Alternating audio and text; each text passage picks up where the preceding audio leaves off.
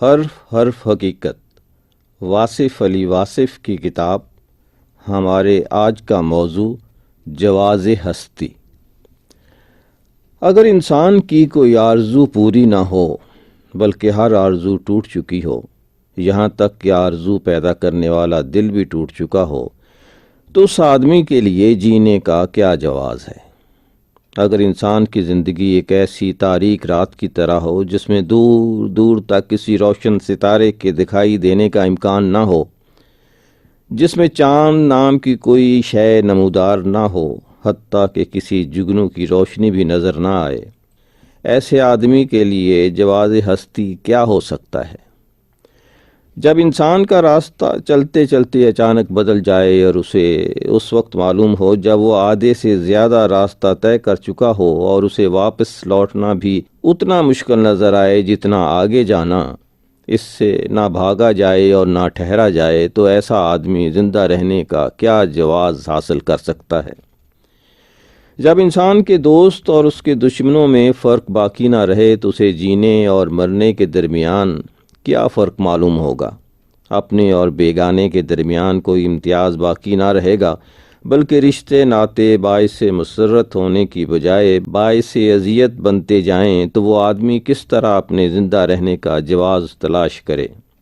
جب انسان اس وسیع کائنات میں اس کی وسعتوں اور آزادیوں کے باوجود اپنے آپ کو پابند و تنگ دامن محسوس کرے، اسے بھری کائنات میں جائے پناہ نظر نہ آئے، اسے یوں محسوس ہو کہ آسمان سر پر گرا چاہتا ہے یا زمین پاؤں تلے سے نکلا چاہتی ہے، تو وہ اپنے احساس کی قسم پرسی کے عالم میں اتنا ستم زدہ محسوس کرے گا کہ اسے نہ جینے کا جواز ملے گا نہ مرنے کا۔ آدمی جب سفر کرتے کرتے عمر گزار دے، صدیاں گزر جائیں، عرصے بیت جائیں اور اسے محسوس ہو کہ چلتے چلتے عمر کٹ جانے کے بعد بھی سفر نہیں کٹا، وقت کٹ جائے اور فاصلہ نہ کٹے، تو زندہ رہنے کا کیا جواز ہو سکتا ہے؟ جب انسان کو معلوم ہو جائے کہ علم حاصل کرتے کرتے وہ جہالت تک پہنچ چکا ہے، تو اسے اپنی محنتوں کو عزت سے دیکھنے کا کیا جواز رہ جاتا ہے، اور وہ زندہ رہنے کے استحقاق کو مذاق سمجھنے پر مجبور ہو جاتا ہے۔ علم حاصل نہیں ہو سکتا اور زندگی سے محروم ہونا پڑتا ہے، تو ایسی کوشش کا کیا انجام؟ انسان حاصل کی تمنا میں لا حاصل کے پیچھے دوڑتا ہے، اس بچے کی طرح جو تتلیاں پکڑنے کے مشغلے میں گھر سے بہت دور نکل جاتا ہے، نہ تتلیاں ملتی ہیں نہ واپسی کا راستہ۔ ایسی آرزو کا کیا انجام اور ایسی زندگی کا کیا جواز؟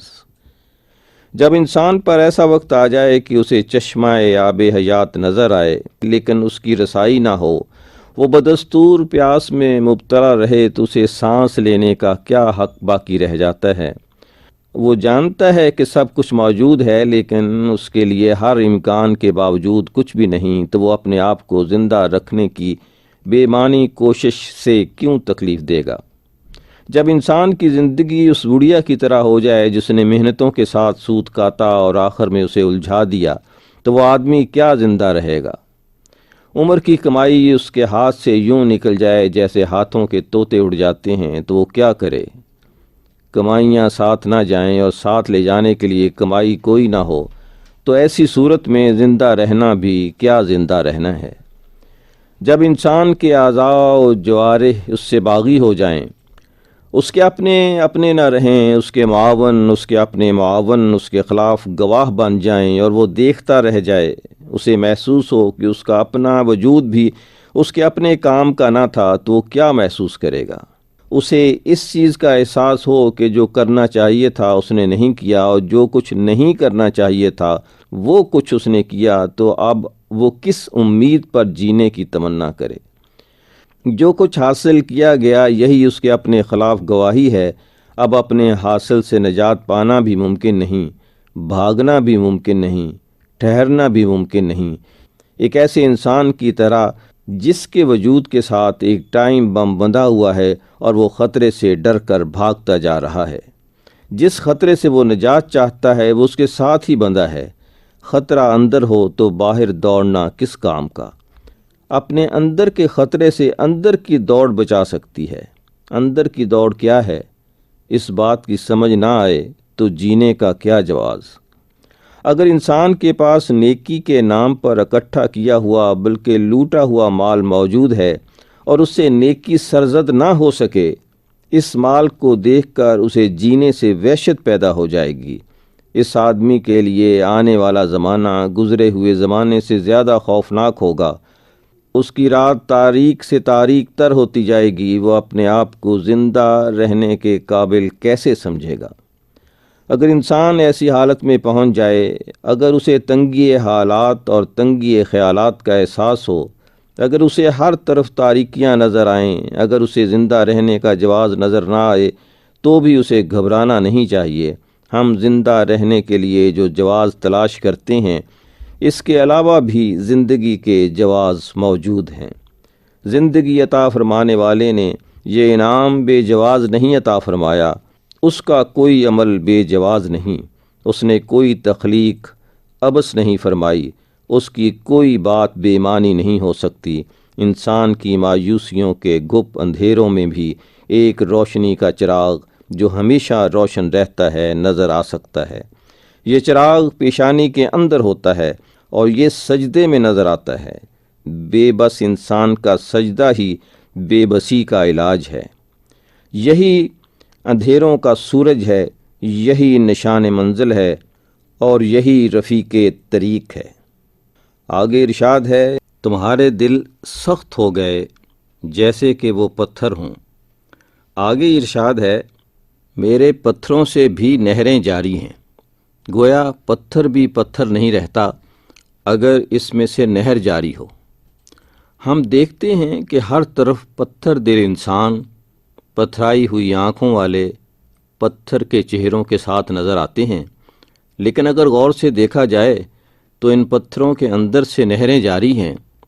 بے فکر انسان بھی بڑے فکروں میں مبتلا ہیں۔ اپنا دل زندہ کرو، ہر طرف زندگی نظر آئے گی۔ زندگی کے جواز تلاش نہیں کیے جاتے، صرف زندہ رہا جاتا ہے۔ زندگی گزارتے چلے جاؤ، جواز مل جائے گا۔ اگر آپ کو کسی طرف سے کوئی محبت نہیں ملی تو مایوس نہ ہوں، آپ خود ہی کسی سے محبت کرو۔ کوئی با وفا نہ ملے تو کسی بے وفا سے ہی صحیح، محبت کرنے والا زندگی کو جواز عطا فرماتا ہے۔ زندگی نے آپ کو اپنا جواز نہیں دینا، بلکہ آپ نے زندگی کو زندہ رہنے کے لیے جواز دینا ہے۔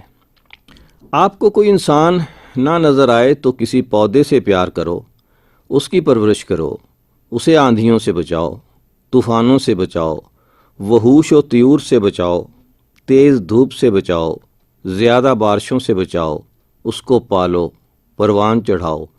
پھل کھانے والے کوئی اور ہوں تب بھی فکر کی کوئی بات نہیں۔ کچھ بھی نہیں ہو تو یہی درخت کسی مسافر کو 2 گھڑی سایہ ہی عطا کرے گا۔ کچھ نہیں تو اس کی لکڑی کسی غریب کی سردی گزارنے کے کام آئے گی۔ آپ کی محنت کبھی رائیگاں نہیں جائے گی۔ آپ کو زندہ رہنے کا جواز اور ثواب مل جائے گا۔ کچھ نہ ہو سکے تو کسی پتھر کو سیکل کرو، پالش کرو، اس پر محنت کرو، پتھر کا آئینہ بن جائے گا۔ آئینے کے اندر زندگی کا جواز لکھا ہوا ہوگا۔ اگر آپ کی نگاہ بلند ہونے سے قاصر ہے تو اپنے پاؤں کے پاس رکھو، دیکھو کوئی نہ کوئی چیز آپ کی توجہ کی محتاج ہوگی۔ کچھ نہیں تو محبت کا مارا ہوا کتا ہی آپ کے لیے زندہ رہنے کا جواز مہیا کرے گا۔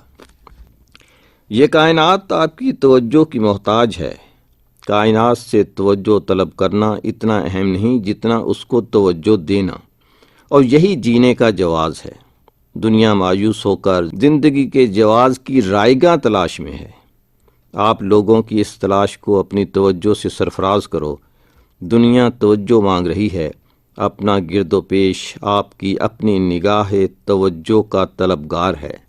انسان پر کبھی راستہ بند نہیں ہوتا۔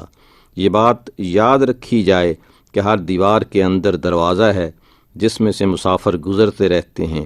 مایوسیوں کی دیواروں میں اس کی رحمت امید کے دروازے کھولتی رہتی ہے۔ انتظار ترک نہ کیا جائے، رحمت ہوگی، امید کا چراغ جلے گا۔ وہ وقت جس کا انتظار ہے آئے گا، بلکہ وہ وقت آ ہی گیا۔